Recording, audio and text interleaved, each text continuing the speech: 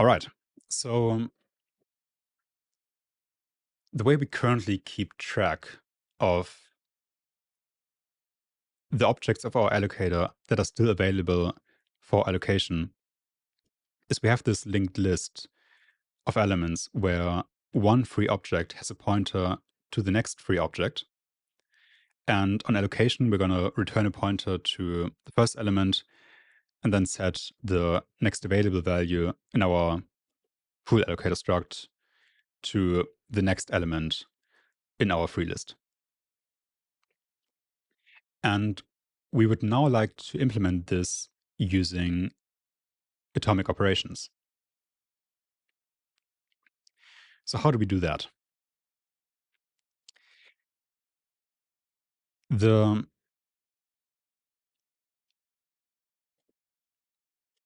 probably most simple way to achieve that is to not use an actual pointer to refer to the next element in our free list, but to instead use an atomic variable. And for now, we're just going to use an atomic integer, or rather an integer that we mark available for atomic operations. And we're just going to call that next available, same as before. And what we can do with this is when we do have a next available entry, this integer is just going to be the index to that value. And in fact, it needs to be the batch index and the index in that batch. It's kind of two things in one value.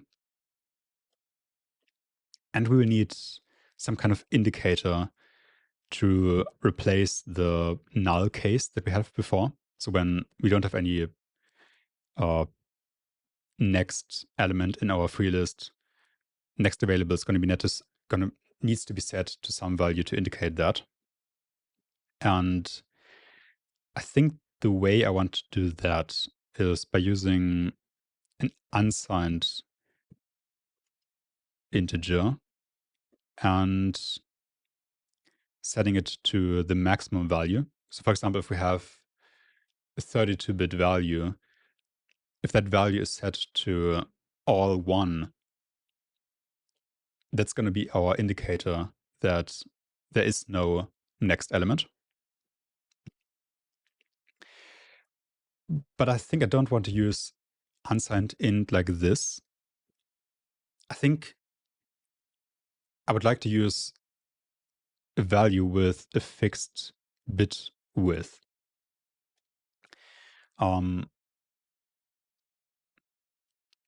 The reason for that is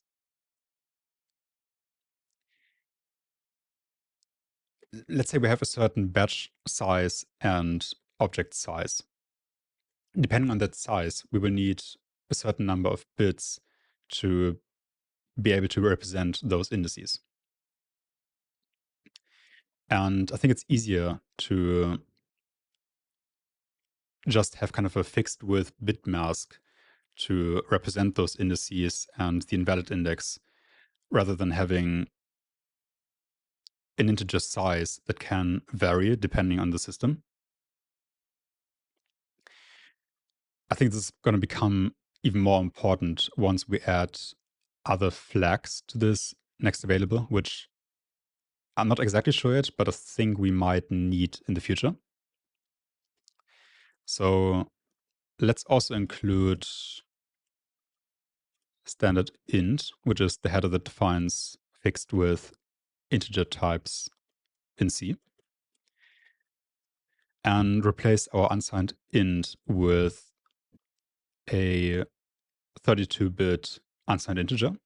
Now on this platform, the thing we had before and this are going to be exactly the same. But I think this makes the intent a bit clearer that we have exactly 32 bits to represent the next available index. And if all of those 32 bits are set to 1, that's going to mark this value as being kind of the end of the list.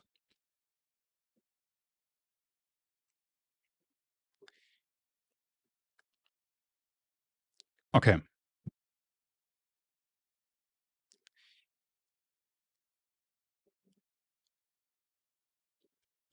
Now, actually, I'm thinking about this. I think it might be useful to have the two implementation versions of our allocator as separate structs, meaning we have our header, which is used by the allocator that uses mutexes to protect the internal state.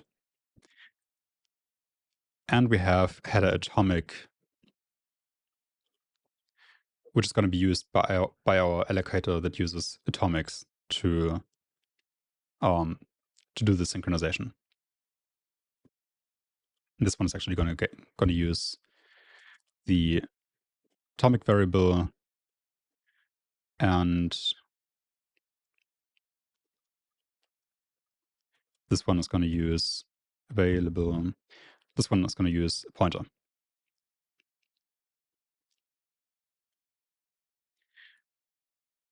Our entity, in this case, actually needs the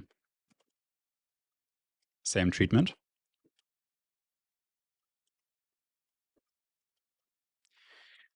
We need to exchange this with header atomic, which just still going to call it header. And we're also going to give it an attribute health. And now let's create a second version of our pool as well. Pool atomic.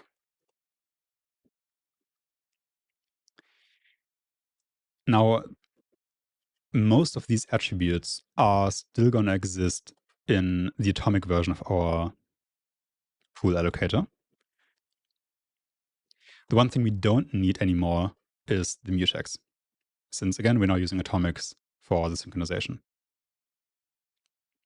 Another thing that needs to change is this void pointer for the next available item in our free list. Since again, we're now using atomics and we're using indices to refer to elements. And this value also needs to be atomic, because multiple threads might need or might try to allocate an object by taking the first element of the free list and setting the next available value to the next value in the list. So we're just going to do this, and we're going to use, again, 32-bit unsigned integer to represent that. We will still have the concept of batches as we did before. We have the batch count to track the number of batches that we have allocated so far. We still keep track of the object size that is being passed to us by the user during initialization.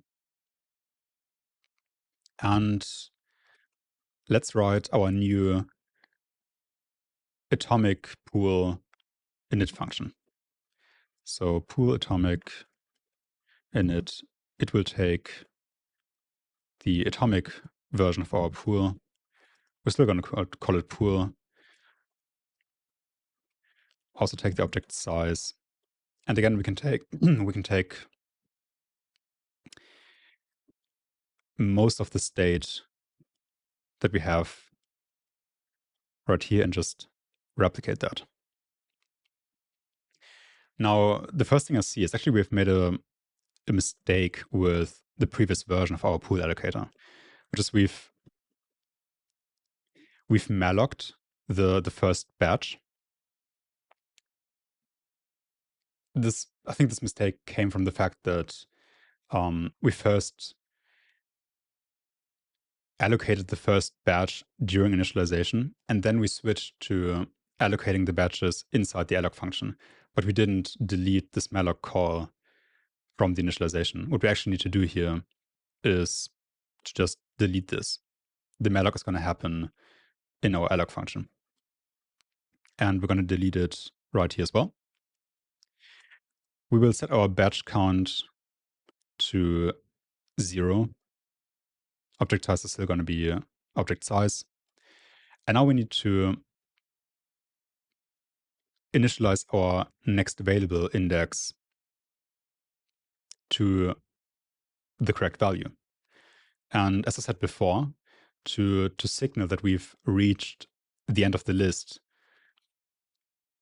we're going to put a value of all ones, 32 ones, inside this value. So instead of setting it to null, we will now have atomic store explicit.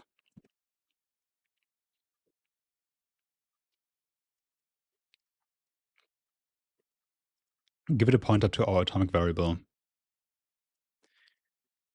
And we're going to set it to uint32 max.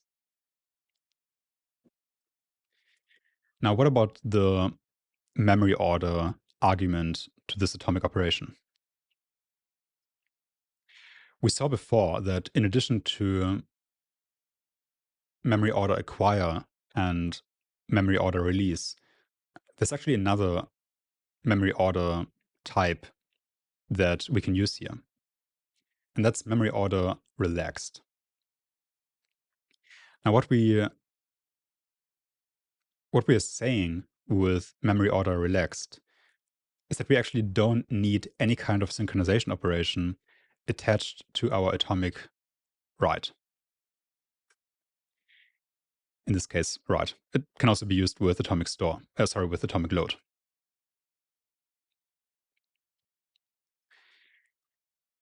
And for now, I'm just going to put memory order relaxed in here, meaning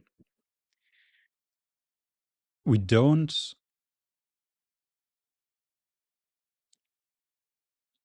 write any data to memory that we would want to acquire later.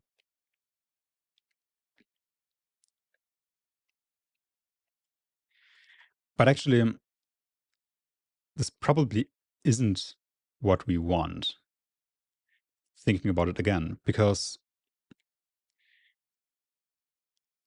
let's go through the case where the user calls atomic init, pool atomic init, and then immediately calls pool alloc, meaning they want to make an allocation with our allocator immediately. What they would do is they would load the current value of next available.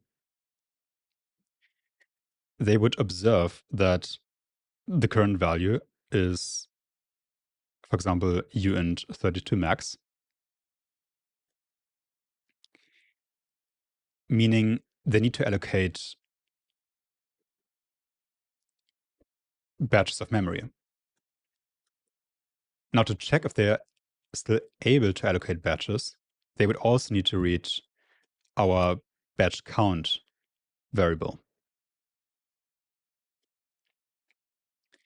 And since we are using memory order relaxed and therefore don't have any synchronization operation attached to our atomic store,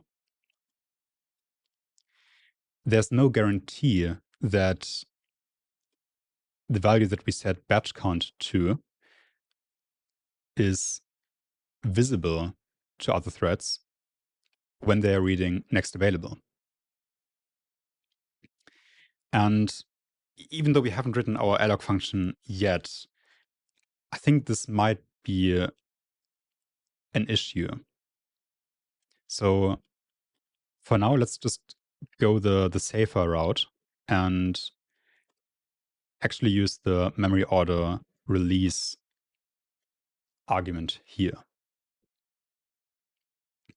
I actually expect that even if we had used relaxed, it would still be fine, because even even functions like pthread create do have synchronization operations attached to them as well, meaning we would have probably been saved by other operations that we execute in this thread and that do the synchronization operations for us in there.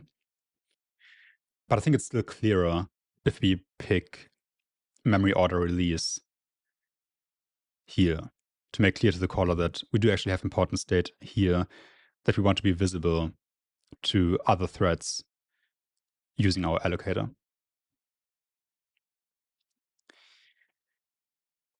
All right. Let's write our alloc function for the version of the allocator that uses atomics. I think I'm actually gonna zoom out a little bit so we're able to see both functions at the same time.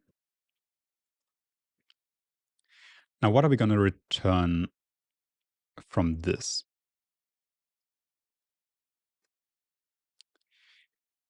At the moment, we're returning a void pointer, a generic pointer to the object that we've allocated.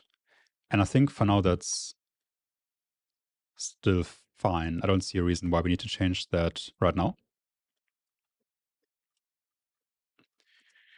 It's going to accept the atomic version of our pool allocator. And what are we doing in here?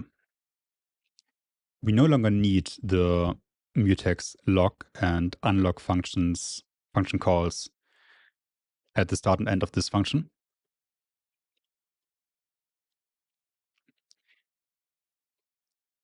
But we do need to check the value of next available.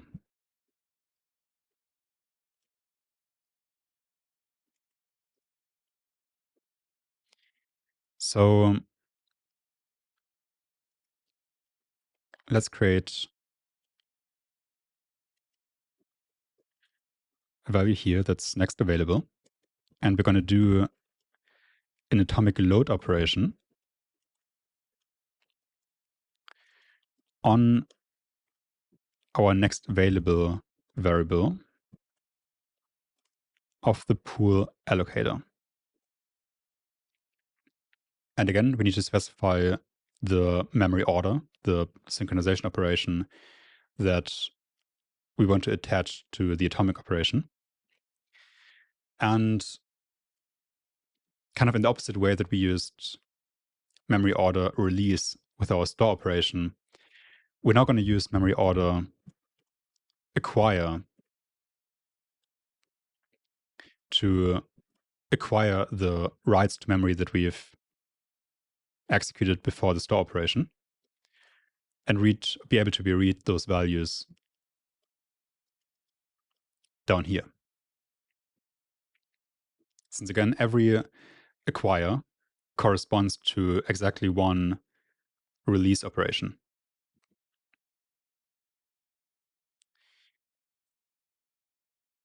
So if the current value of next available is uint 32 max, that means that we have run out of space and we need to allocate more batches to allocate from.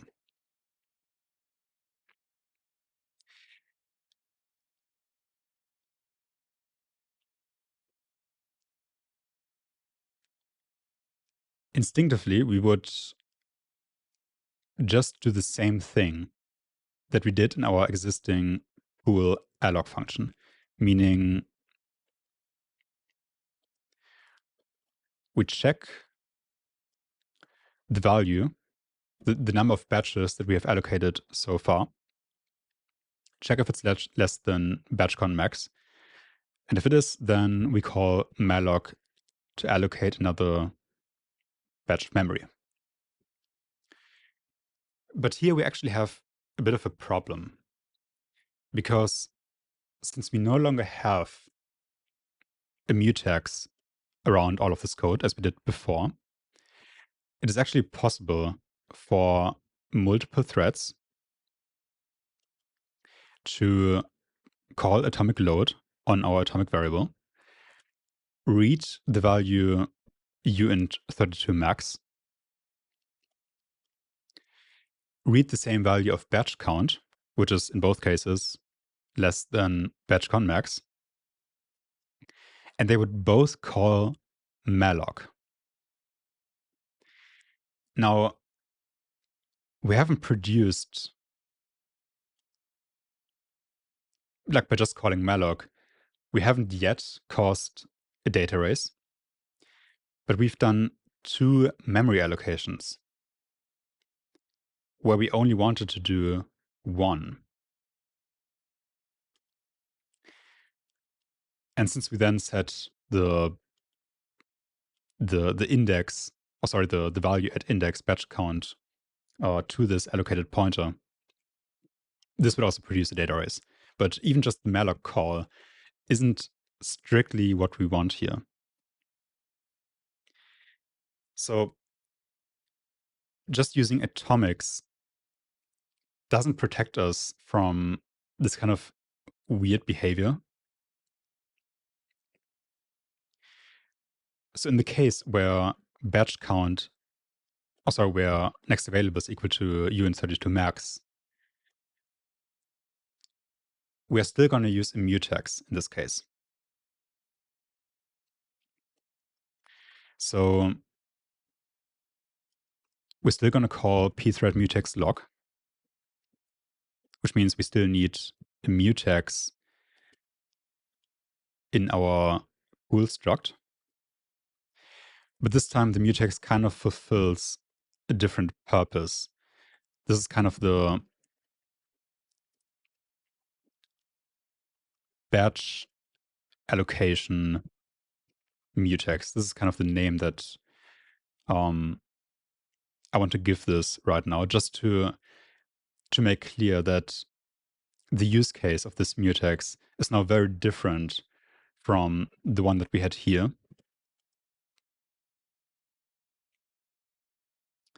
And in our pool atomic init function, we now need to initialize the batch alloc mutex.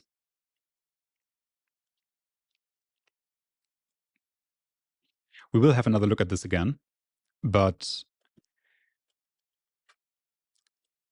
for now, we will need a mutex in this case.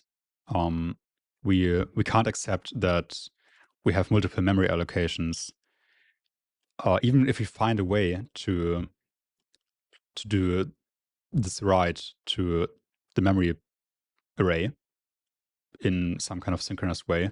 We can't accept the fact that we have multiple calls to malloc on different threads. So we still have a mutex log in this case.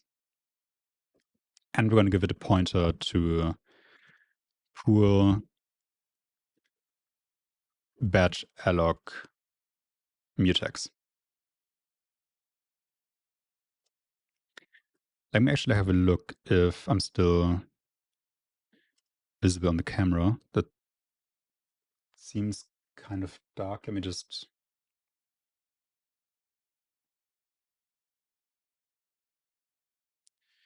kind of turn on this light. All right, and let's go back to the code. All right, we're now calling mutex log on our batch allocation mutex.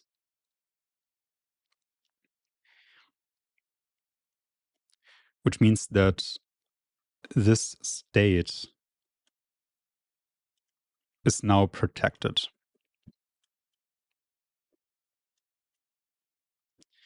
And we're also going to call the unlock function on our mutex.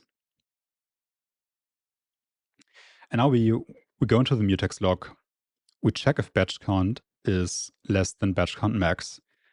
In that case, we call the malloc function to allocate more backing memory.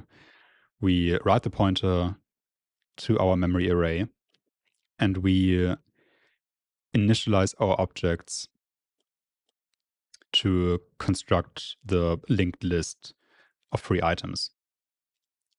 Now this function, or this part of the function, also has to change. Because again, now we don't have a next available pointer. We now have an atomic variable that kind of stands for the index of the next available element in our batches. And it signifies the batch index and the index in that specified batch. So let's think for a moment of how we represent these indices.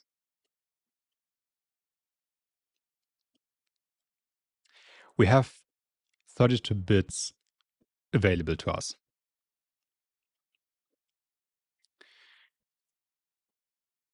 And I think the easiest way to do this, we kind of talked about this idea in the last video as well, is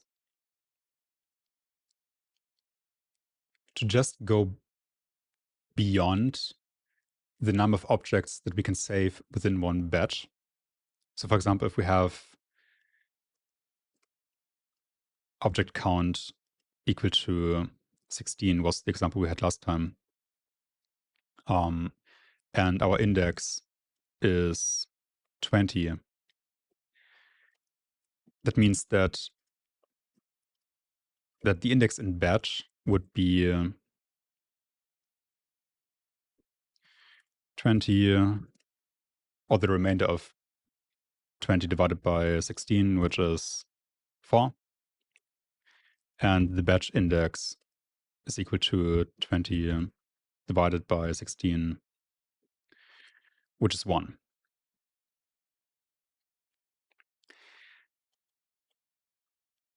So we just use one number to save the batch index and the index in each batch. This seems to me like a very simple way of doing this.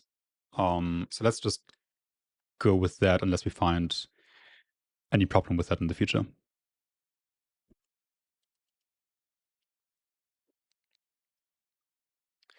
So down here in our alloc function,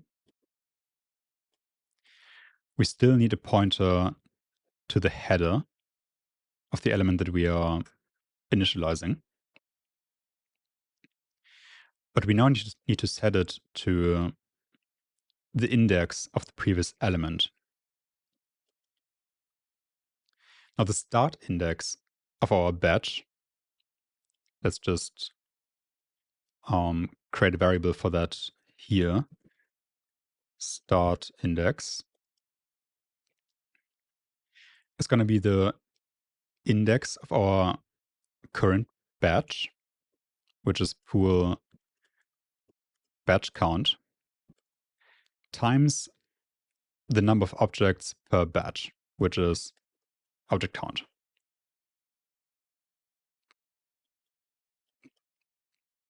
And since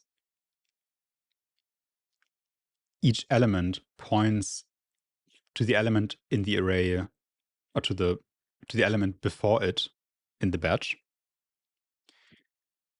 we need to write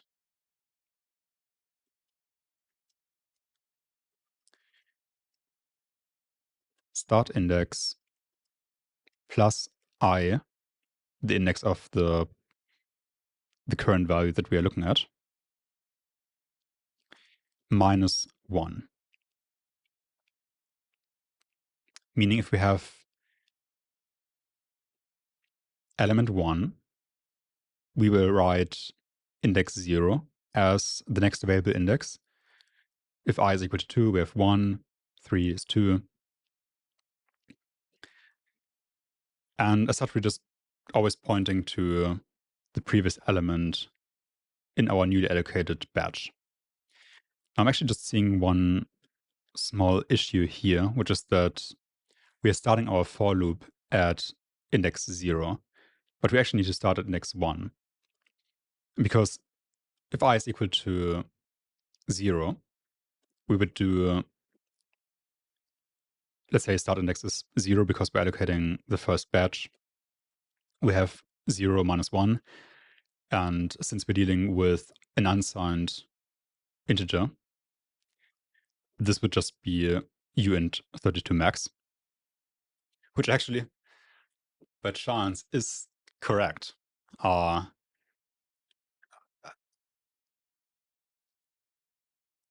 We could actually do it that way. It feels a bit. I'm not sure that's like totally understandable if I were reading this code, but just by chance, this is exactly what we want, since by using uint32 max, we're kind of signaling that we've reached the end of the list. And 0 minus 1 with an unsigned integer just gives us the maximum value all ones, which is exactly what we want. So, yeah, actually, let's just do it that way, because that means that we only have to write our atomic store operation in one place. That might actually be a bit nicer, and we can write some documentation around this to actually make clear what we're doing here. So let's just write a bit of a comment that if I is equal to 0,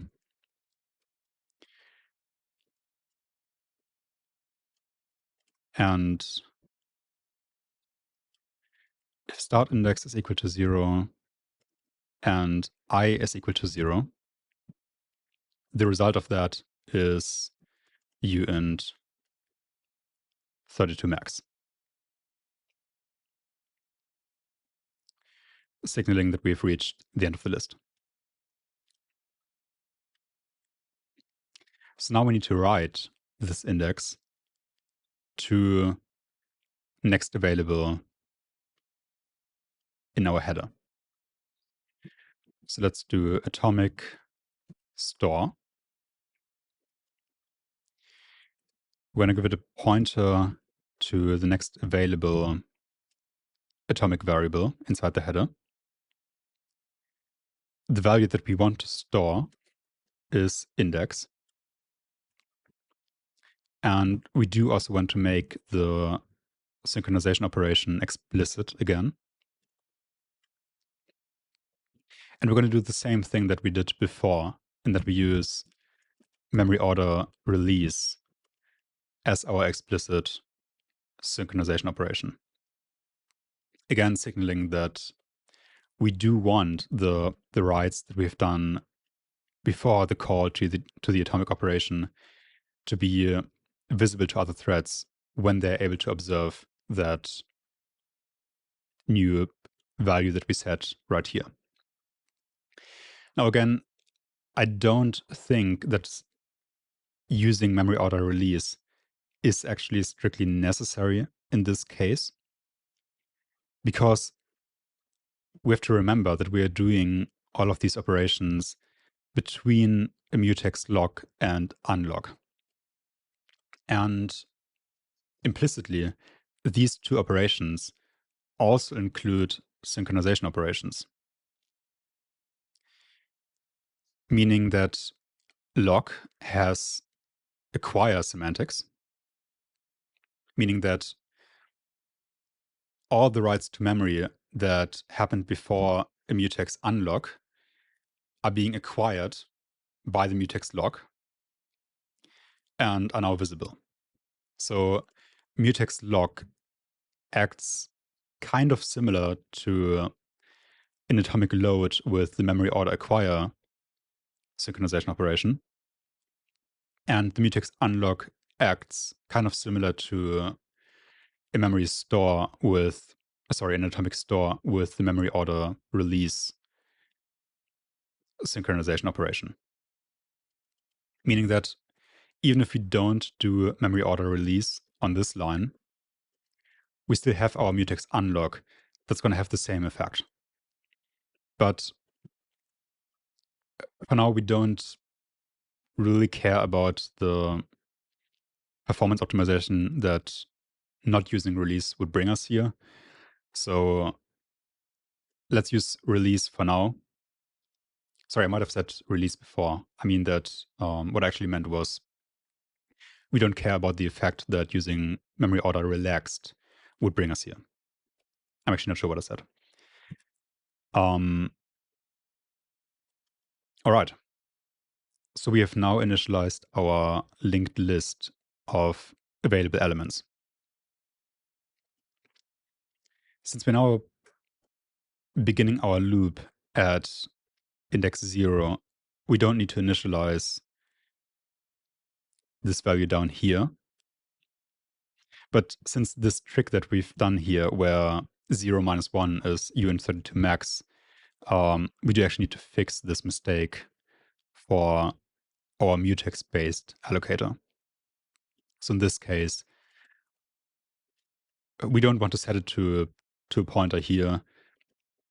That case is going to be handled by this line. It isn't really an issue since the value is overwritten after the loop, but this is still not intentional. All right, we've initialized our list. Now we need to set the next available index of our allocator. And the value that we want to set it to is the first element in our newly allocated free list. And the index of that element is just going to be start index plus object count minus 1. Object count, again, is the number of objects in each batch.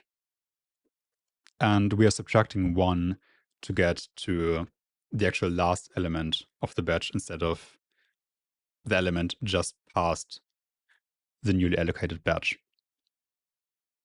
And again, we have to do an atomic store operation here. And next available is going to be set to index using memory order release as our synchronization operation.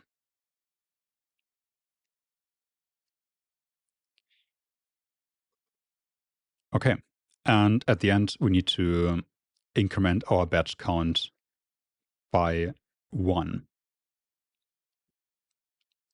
Now, in this state, we actually still have one issue.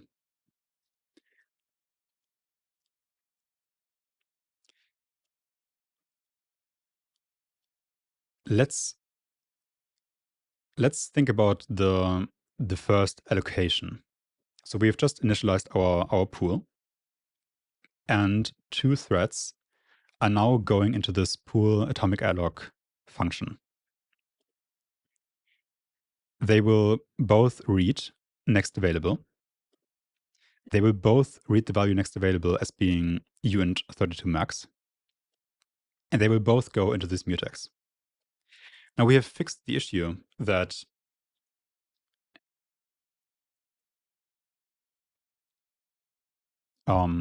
that we have a data race to memory. That is no longer the case because we have now protected our memory variable, or basically everything between lock and unlock, using a mutex.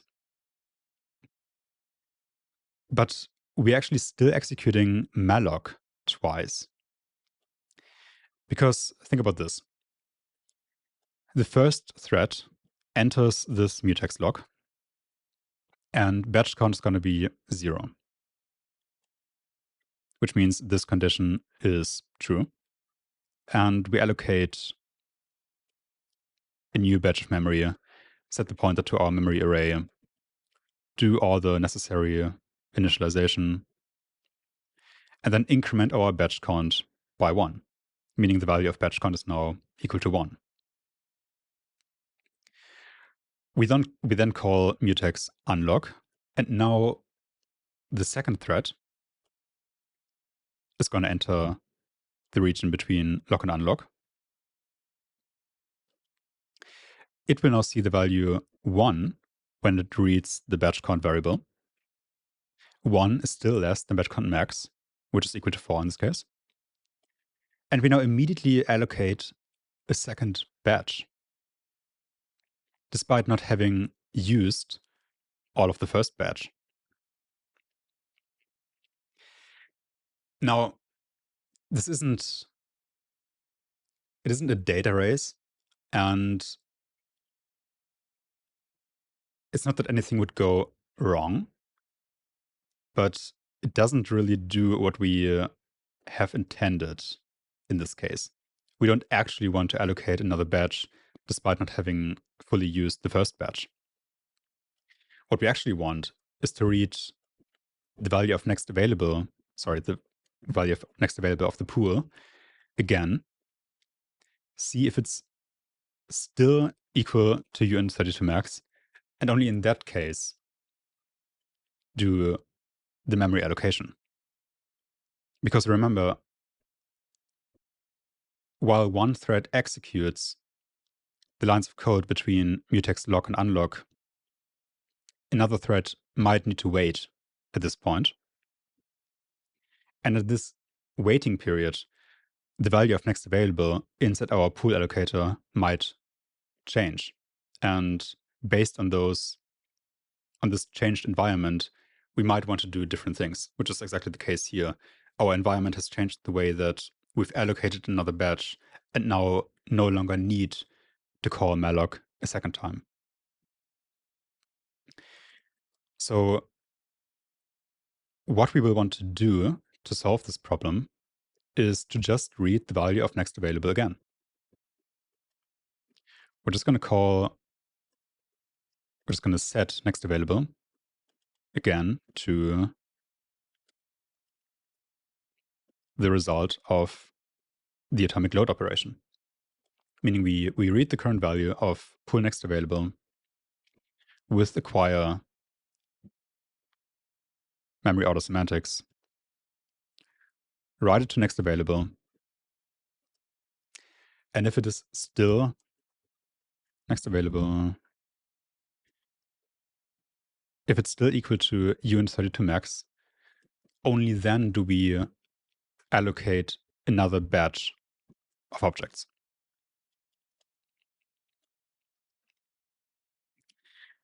So let's just play through this again. Thread 1 calls mutex lock. It loads the value of our atomic variable next available into the local version of that.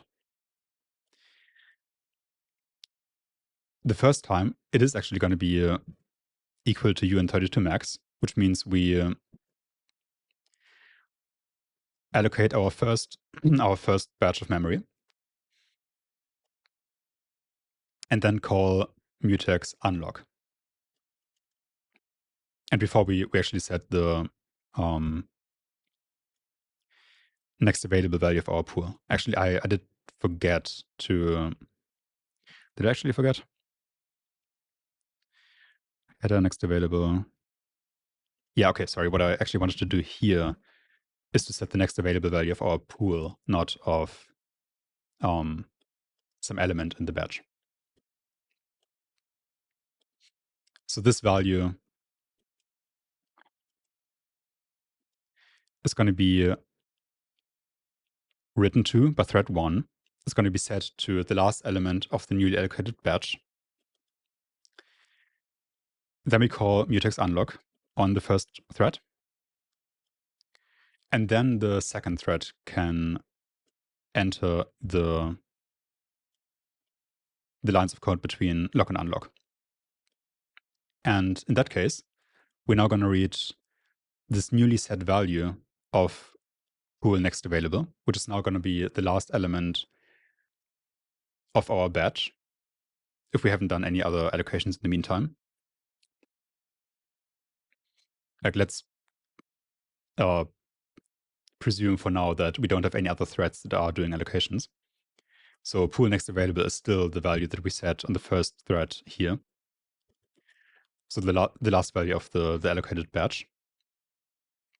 We're going to set next available to the loaded value. And now we check the value against UN32 max. And now this condition is not going to be true. Next available is no longer UN32 max, which means we don't allocate another batch of memory immediately.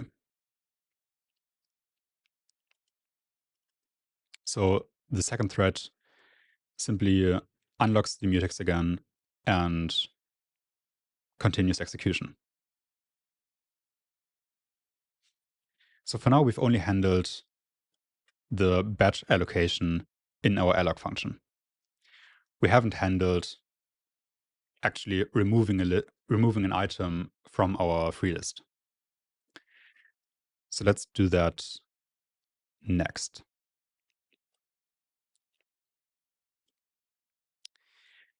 And how are we going to do that?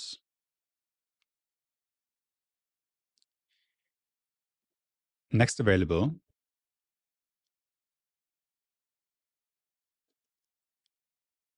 is at this point not guaranteed to point to a valid element, which means we first need to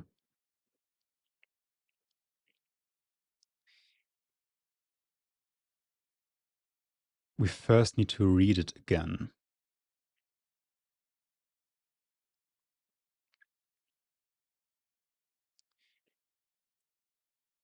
Yeah, I think there will be a better way to do this in the future, but for now, let's just do the kind of naive implementation. We're going to load the value of the atomic variable again. And if next available, actually I think we have to go with the better way of doing this immediately now. Because I'm kind of thinking about the case where we've allocated a batch. Next available is now kind of pointing to the last element of our newly allocated batch. But in theory, it's possible that between this call to, or like kind of in these lines of code, another thread has allocated all the values that we have just allocated. And next available is now immediately set to UN32 max again, which means we don't have any objects left to be allocated. And in that case, we do actually need to allocate another batch immediately. And what that means is that we have to place our batch allocation inside of a loop.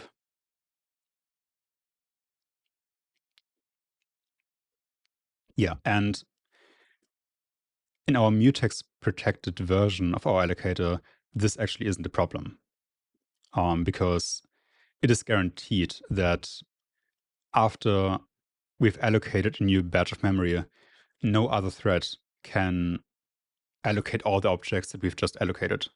Which means we are actually guaranteed that if we were able to allocate a new batch,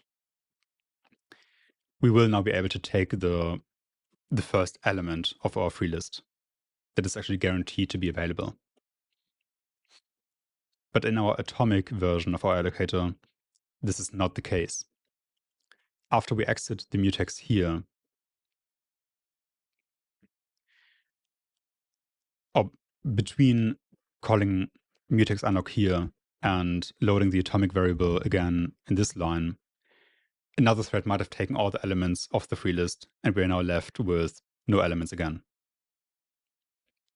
So let's place this inside of a loop. I think I'm going to place the entire thing inside of a loop, and we can try to work from there.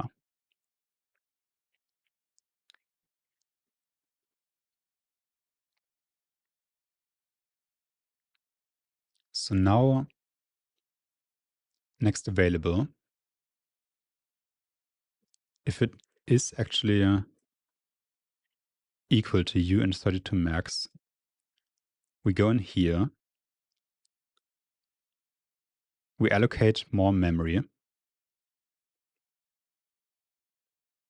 unlock the mutex, and now we want to read the value of the variable again, meaning we're gonna call continue here.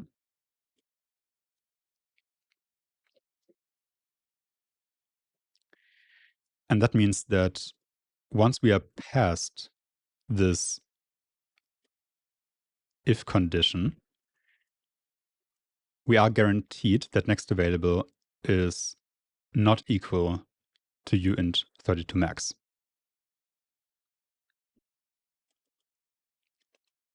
The only case where that isn't true is if we aren't allowed to allocate more batches, which means for now we're going to handle that case in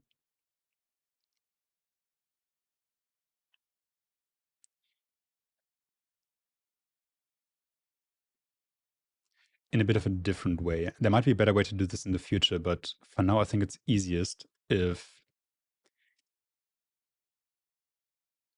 the memory allocation fails, meaning we have more batches, or we have all the batches that we are allowed to have. For now, we're just going to call assert 0. We're just going to assert in that case. I want to think about this a bit more deeply in the future, but for now, I think this is the easier way to do this.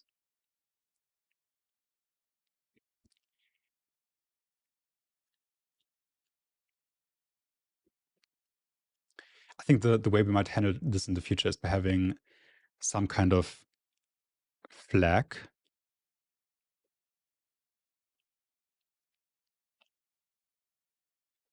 Actually, should we do this right now?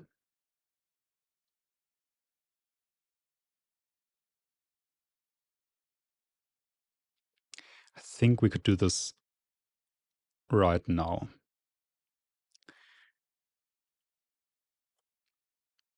Let's invent a Boolean value that's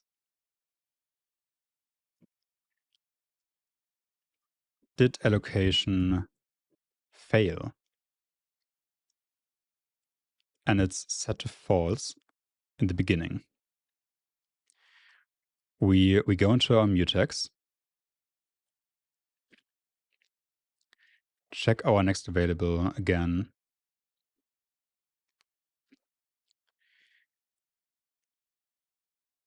If we've run out of space for new batches, meaning batch count is equal to batch count max,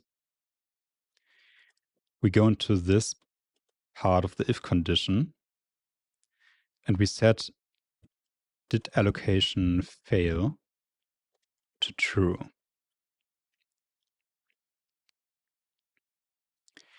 We then unlock our mutex, and now instead of just continuing with the next loop iteration, we check this value, did allocation fail? And if it did, we return null from our alloc function. Otherwise, we're going to continue.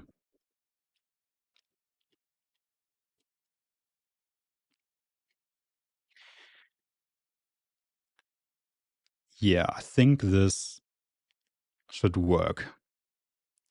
We could also have returned at this point, but we would still need to unlock our mutex. So I don't think it's a great idea to have kind of another call to unlock here and then return null. So I think it's better to have this did allocation fail variable that we just set inside the mutex log and unlock, and then check the value of the variable after we have called unlock, and then return null. Otherwise, we continue.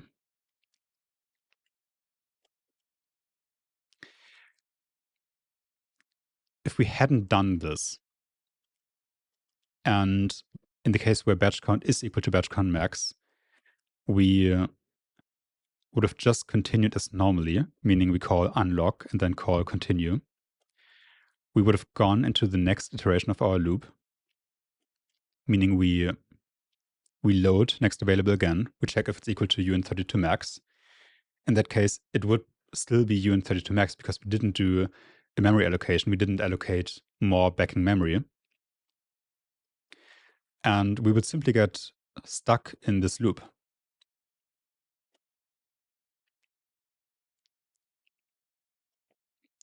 So this is why we need to handle this case specifically. We need to handle the case where we have allocated all the batches that we are allowed to allocate, set this value to true, unlock the mutex, and if it was set to true, we return null from our function. Okay. Now this means that if the allocation didn't fail and we call continue, next available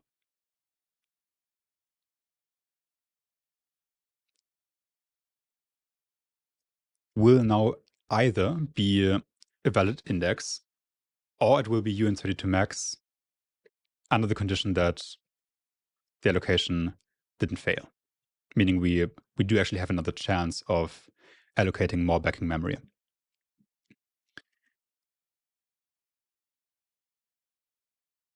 So now, when we are at this point, we are actually guaranteed that the value of next available is a valid index. Meaning we can now use this index to get a pointer to the entity, to the object at this index. So let's decompose our next available index into a batch index and an item index.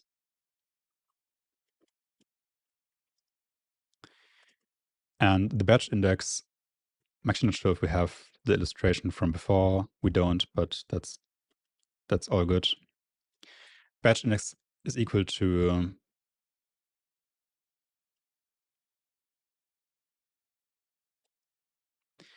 next available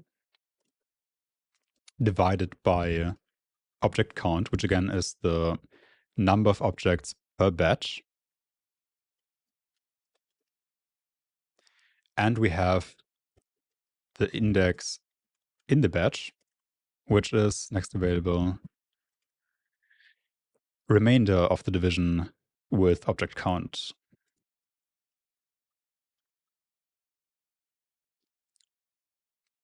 And now we can use these two indices to get a pointer. And the way we get this pointer is kind of similar to what we did here. So let's copy this line and put it here.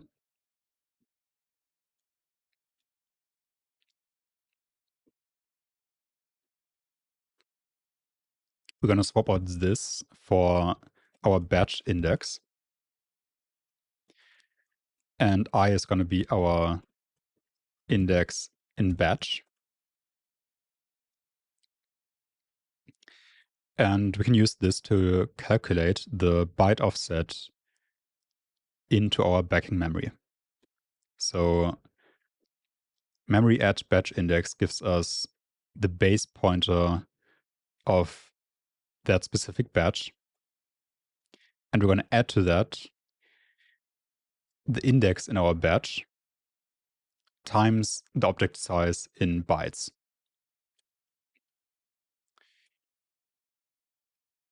And what are we going to do with this pointer? Let me actually make this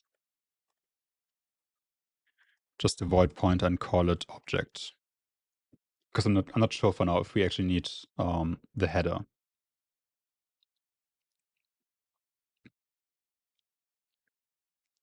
And this is like, if this is all successful, this object pointer is the pointer that we're going to return from the alloc function. So what we now need to do, we need to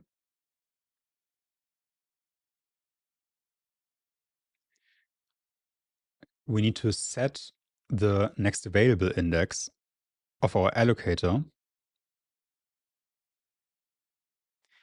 to the value of next available of this object right here. Meaning again that if we have entities like this, which all point to their neighbor, and this one points to null, we need to read the pointer to E2 from E3 and set this pointer as the next available pointer in our pool allocator. In this case, it's not really a pointer, it's the index, batch index and index and batch combined into one index variable. So that means that we do actually need the header.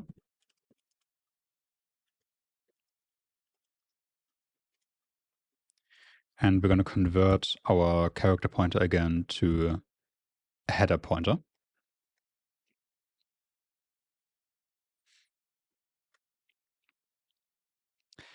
And now we need to update the next available index in our pool.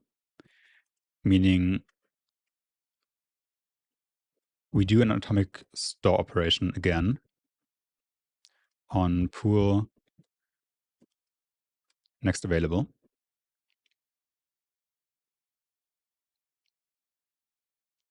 And we're going to write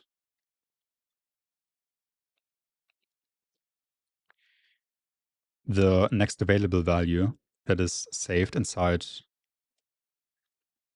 the header.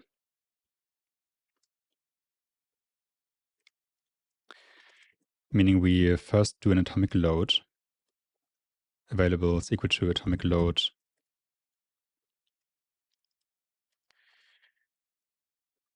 explicit again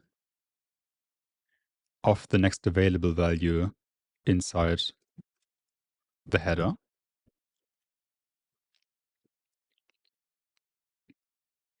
And in this case, we're going to use the memory order acquire synchronization operation. Now again, we can think a bit deeper about what exact memory order we're using here later. For now, I'm going to pick the kind of safe option of acquire. Again, I kind of have a feeling that since we are doing another atomic operation down here, we probably don't need to do this with memory order acquire. But for now, let's do it this way. And we write the value, header next available, to our pool's next available atomic. And again, we're going to use the explicit version of these atomic operations. and we're going to call it with the memory order release synchronization operation. So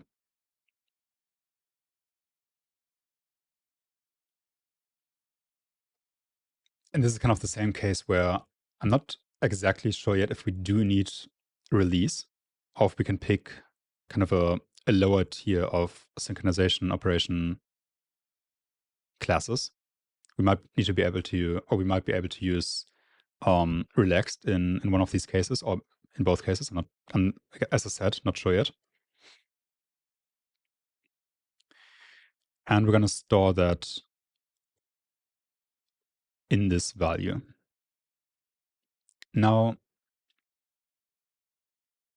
this is kind of where we have the next problem, because we have read the current value of next available on this line. We are doing some kind of operation based on this value here. We are doing some kind of memory allocation. We are reading the object at that location's header, next available value. And we are setting it as the new value of pool next available on this line. But since we don't have a mutex lock between this line and this line, or around these two lines, there's actually no guarantee that between these two locations, next available hasn't been changed by another thread. That is, in this case, totally possible. And the way that would show with our allocator is that, let me just try to illustrate this again. Thread 1 would read E3 as being the next available object on the free list and would read its next available pointer, return E3 as the result of the alloc function, and would set next available to the value of next available in the header of E3, meaning it's now going to point to E2. We've removed the first element of that free list.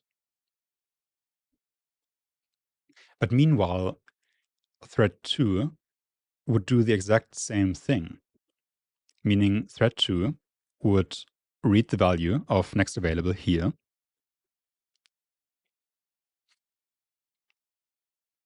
It would calculate the batch index and batch, which would be the same as what we just calculated on thread 1. It would also look at the header and look at its next available value. And it would also write that same value to our pool's next available atomic variable. And what that means is that we've just allocated E3 twice. Thread 1 and thread 2 have now allocated E3 and have written the same value to our pool's next available variable. There's no synchronization at all between those two threads that would prevent this case from happening. So this atomic store is actually not enough. And what we need to do instead is we need to use the atomic operation that I mentioned earlier. We need to use the atomic compare exchange. And the way we utilize that function here is we will read the current value of next available. And if it's still the same value as before, we're going to write our new next available to that location. that kind of means that our allocation was successful and that no other thread has written to the pool's next available index in the meantime. And in that case, everything is good and we can return header, or actually a pointer to the object, which is going to be at the same location as header, meaning they have the same pointer value from our allocation function. But if there's a different value than we expect, then we need to do all of this in here again, meaning the value of next available has changed in the meantime. Someone has accessed the allocator while we have been accessing it. And we can no longer safely return E3 as our allocated object. So let's try to implement that behavior. Our while loop at the moment always continues to loop. We just have the condition set to true.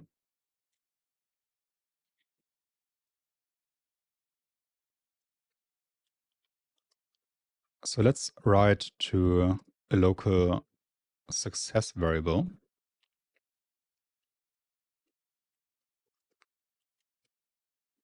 And swap this out for an atomic complex change function call.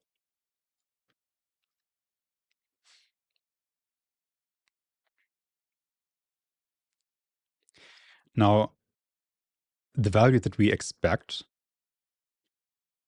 is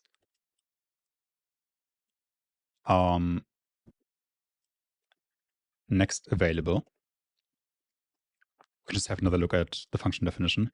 The first argument here was a pointer to the expected value that will be changed by the call to complex change. And this value here is the value that we want to set our atomic variable to. So we've read the next available value from the header, and this is our target value for our pool's next available value. This is how we remove an item from this free list.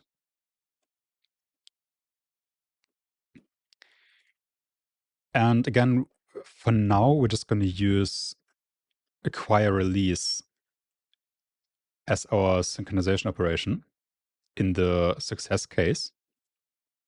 If we look at this again, this is the success case. And we're going to use memory order acquire in the failure case. This is kind of the safe option for now.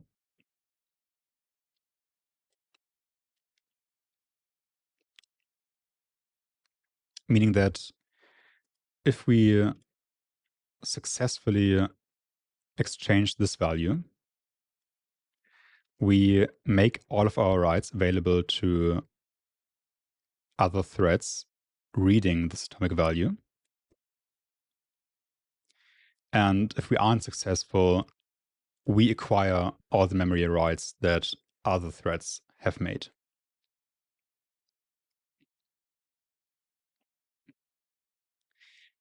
Now, if this complex change function was successful, so if success, we can return the pointer to the object from our function. And if it wasn't successful, we want to go into another loop iteration.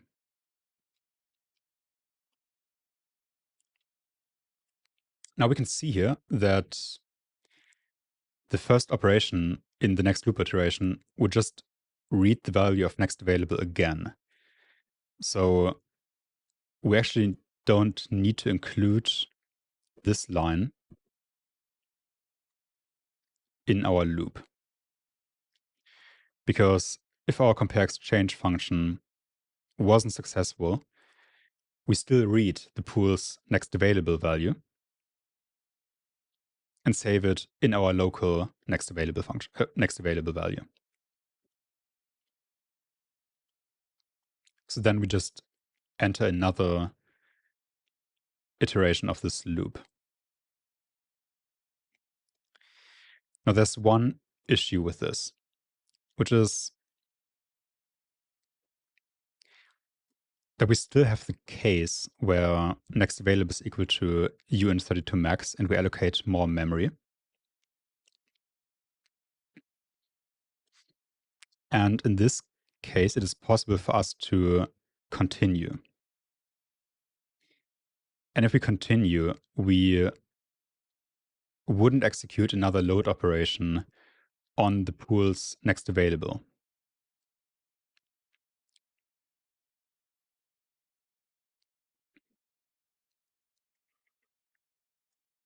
So how could we solve that?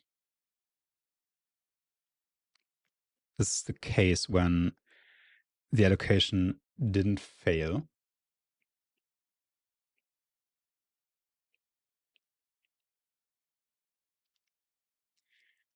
Now, if we think about this, if we do an allocation, we actually know what the value of pool next available is, since we are setting it here as well.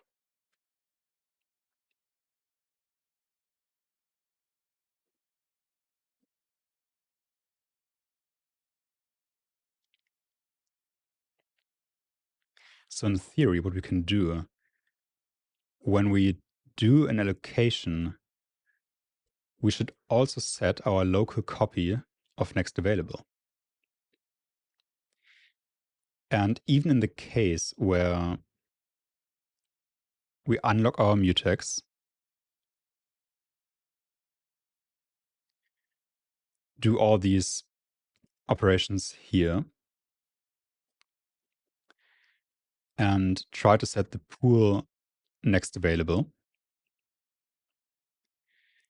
If another thread has allocated more objects and our copy of next available isn't up to date with the current state of our pool, we will simply fail, and that will be normal behavior. We will just enter another loop iteration. So I think that should work. So let's just do that. After we've allocated another batch of memory, we're going to update our next available variable to index, which is the value that we set to the pool next available atomic variable.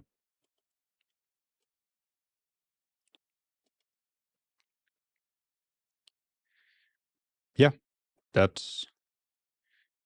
should be fine. And I think with that, we have basically completed our alloc function. Now this looks pretty complicated, and I think it's useful to go through this logic again, to just think about if what we actually wrote here aligns with what we wanted to happen.